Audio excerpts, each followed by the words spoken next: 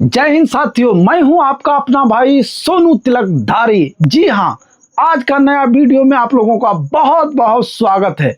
किसी ने क्या शब्दों को तराशा है, किसी ने शब्दों को क्या लिखा है। किसी ने लिखा है कि किताबों में लिखी हर बात अच्छी नहीं होती, किताबों में लिखी हर बात अच्छी नहीं होती, लेकिन दिल से लिखी हुई बात कभी कच्ची नहीं होती। अरे पास बुलाकर मुस्कुराकर वापस चले जाने वालों, तुम कान खोल करके सुन लो कि कोयल की आवाज से कभी कौवे की आवाज मीठी मधुर और अच्छी नहीं होती।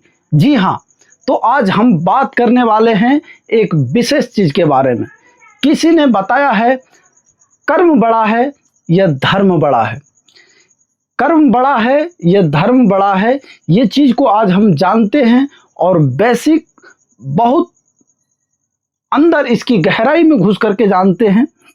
चलिए, तो मैं आप लोगों के लिए बताना चाहता हूं कि कर्म बड़ा तब होता है जब आपके कर्म से धर्म को जोड़ा जाता है। जैसे कि मान लिया जाए कि आप चोरी कर रहे हैं तो भी आप कर्म ही कर रहे होते हैं। आप किसी के लूट रहे हैं या किसी के बारे में बेविचार कर रहे हैं तो भी ये कर्म ही कर रहा होता है शरीर। लेकिन धर्म युक्त कर्म, यानी कि जब वो धर्म से जुड़ जाता है कर्म, जैसे कि चोरी करना है, लेकिन कहाँ करना है, कितना करना है, कैसे करना है, क्यों करना है, जब ये प्रश्न आपके भीतर से आने लगे या उठने लगे तो समझ लीजिए ये कर्म हमारा धर्म से जुड़ गया है। फिर वो पाप नहीं बनने देगा, क्योंकि देखिए कर्म ही अपराध होता है। जब धर्म विहीन कर्म किए जाते हैं तो वो अपराध होता है, और अपराध को ही हम लोग कहते हैं पाप, जो कि पूर्व जन्म का पाप है, अभी वर्तमान में ये बदला ले रहा है। ये वही किया हुआ पहले का कर्म है जो कि आज अपनी हिसाब किताब मांग रहा है। तो कोशिश नहीं, पूरी कोशिश कीजिए कि ये मनुष्य का शरीर मिला है, इसको फिजूल की चीजें में न बर्बाद कीजिए।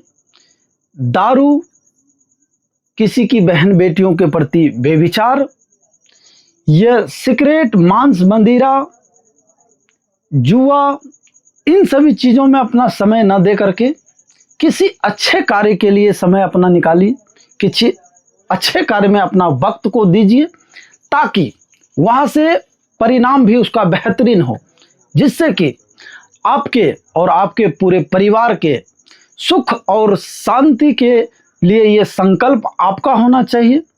क्योंकि जो आप जीवन में कर्म कर रहे हैं, जैसा कर रहे हैं, वैसा ही आपके सामने वर्तमान लौट लौट करके आ रहा है। आज मान लीजिए कि आपने किसी से कर्जा लिया है, आज 1 महीने बाद, 2 महीने बाद, 4 महीने बाद, 6 महीने बाद, पूरे साल बाद वो कर्जा जिससे आपने लिया था वो लौट करके आपसे मांगने आएगा, ब्याज समेत मांगेगा।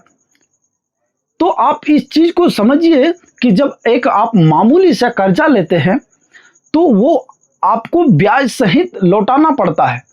नहीं अगर लौटाएंगे तो बातचीत बिगड़ जाएगी, खूब ठुक्कमबाजी होगी, लड़ाई झगड़े होंगे, उससे अशांति फैलेगी, उससे पूरा परिवार आपका दुख से ग्रसित रहेगा, उस चीज़ों को देखेगा। तो आप सोच लीजिए कि कर्म, जो कि ये शरीर ही एक मानव शरीर ही एक ऐसा है जो कि अपने आप में बहुत ही दिव्य चीज है।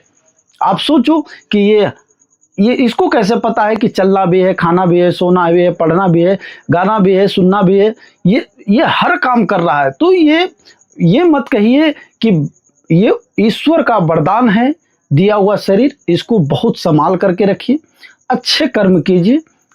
अच्छे कर्म के जो पुण्य इकट्ठा होंगे वही आपके साथ जाने वाला, नहीं तो मौत तो किसी भी, जैसे हम पूरी साल की तैयारी करके रखते हैं, 10 साल की तैयारी करके रखते हैं कि आने वाला समय हमारा ऐसा होगा ऐसा होगा, जबकि रियल तो ये है कि अगले पल का आपको पता नहीं है कि क्या होना है क्या नहीं।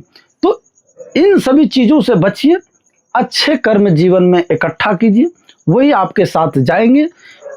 अगर आपके कर्म अच्छे हैं तो यदि आपके आपके शरीर छूट जाने के बाद आपके बच्चे हैं तो उनको भी आपके कर्म के हिसाब से उनमें भी परिणाम देखने को मिलेगा। सपोज कीजिए कि आप किसी दूसरे की बहन को अपना बहन मानते हैं, तो आपके जो अपने बहन होंगे उसको भी कोई सामने वाला देखने वाला आपके नज़रिए के हिसाब से उसको बहन ही देखेगा। जय हिंद दोस्तों, मिलते हैं किसी नेक्स्ट वीडियो में। जब तक के लिए जय हिंद।